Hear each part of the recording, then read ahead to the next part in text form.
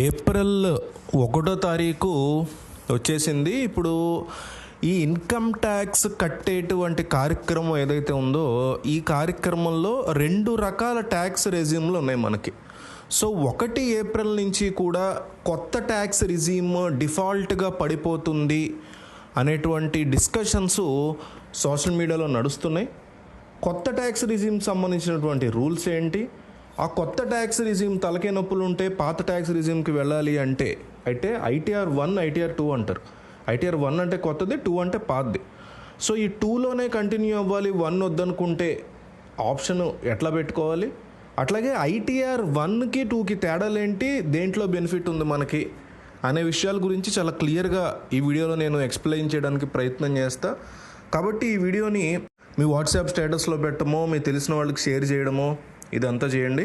First of all, మీరు ఎవరి ద్వారా అయితే ట్యాక్స్కి సంబంధించినటువంటి పేమెంట్స్ కంటిన్యూ చేస్తున్నారో, మీ ఆడిటర్ కానీ మీ సిఏ అన్న ఆడిటర్ అన్న ఒకటే, ఈ ట్యాక్స్ మీకు డీల్ చేసేటువంటి ట్యాక్స్ ప్లానర్ ఎవరైతే ఉన్నారో వాళ్ళు ఈ డెసిషన్ తీసుకుంటారు.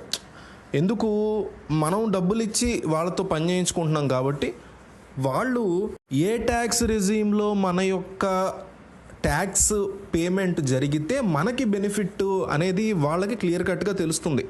మీకు నాకు అంటే కొత్త, కానీ వాళ్ళు చదువుకుందే అది కదా, సీఏలు కదా వాళ్ళు.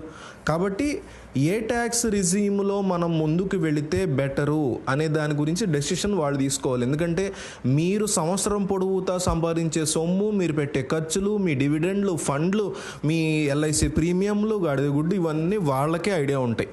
కనీసం మీ భార్యకో, మీ భర్తకో, మీ పిల్లలకో కూడా తెలియదేమో, కానీ వాళ్ళకి మాత్రం చాలా క్లియర్ కట్గా వాళ్ళ దగ్గర లిస్ట్ ఉంటుంది.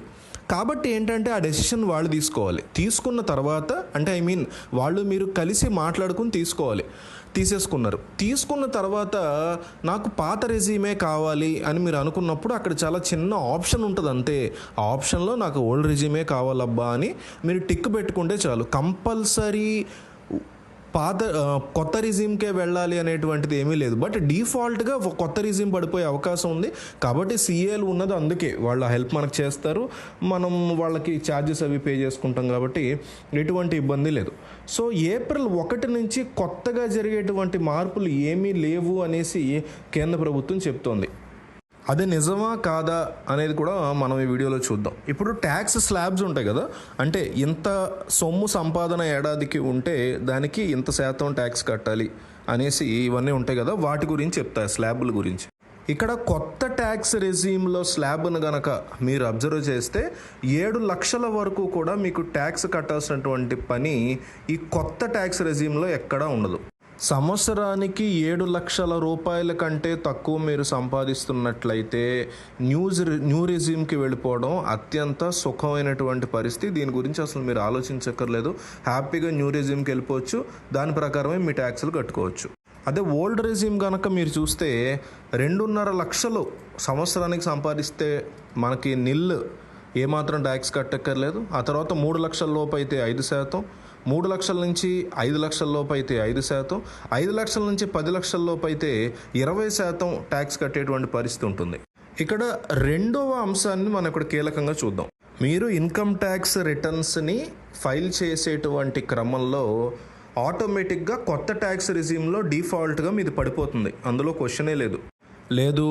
నేను గనక కొత్త ట్యాక్స్ రెజ్యూమ్ వద్దు, పాత ట్యాక్స్ రెజ్యూమ్కే వెళ్ళాలి అని గనక మీరు అనుకుంటే ITR ఫైల్ చేసేటప్పుడే మనకి క్లియర్ కట్గా అక్కడ ఓల్డ్ ట్యాక్స్ రెజ్యూమ్ ఎంచుకోవాలి అనేసి మనకి అక్కడ ఆప్షన్ వస్తుంది. దాన్ని ఎంచుకుంటే సరిపోతుంది. మనం వీడియో స్టార్టింగ్లో చెప్పినట్టు ఒకసారి మన CAతో ఈ విషయాలన్నీ డిస్కస్ చేసి డెసిషన్ తీసుకోవచ్చు. ఇంకా ఇందులో ముఖ్యమైనది ఏంటంటే డిమాండ్ నోటీసులు అనేవి మనకి ఇన్కమ్ ట్యాక్స్ వాళ్ళ నుంచి ఎప్పుడు వస్తూ ఉంటాయి.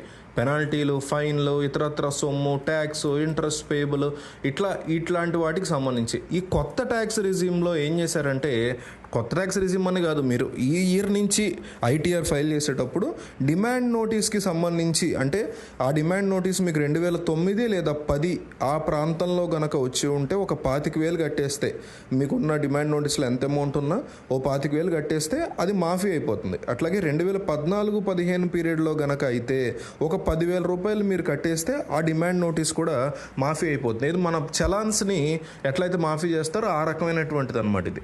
ఇది మనం హ్యాపీగా ఐటీఆర్ పోర్టల్లో లాగిన్ అయిపోయి చేసుకోవచ్చు, లేదా మన సీఏ ద్వారా కూడా చేసుకోవచ్చు.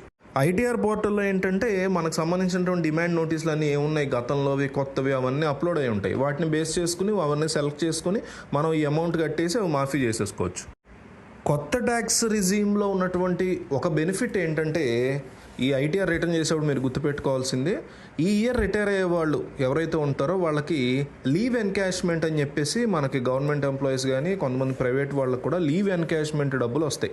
ఆ డబ్బులు దానికి కూడా లిమిట్ ఉండేది. ఆ లిమిట్ని ఏం చేశారంటే, ఇప్పుడు ఇదివరకు 3 లక్షల వరకు ఆ డబ్బును తీసుకోవచ్చు, దానిపైన ఎంత వచ్చినా మళ్ళీ దాని మీద ట్యాక్స్ కట్టాలని ఉండేది నాన్ గవర్నమెంట్ ఎంప్లాయీస్కి.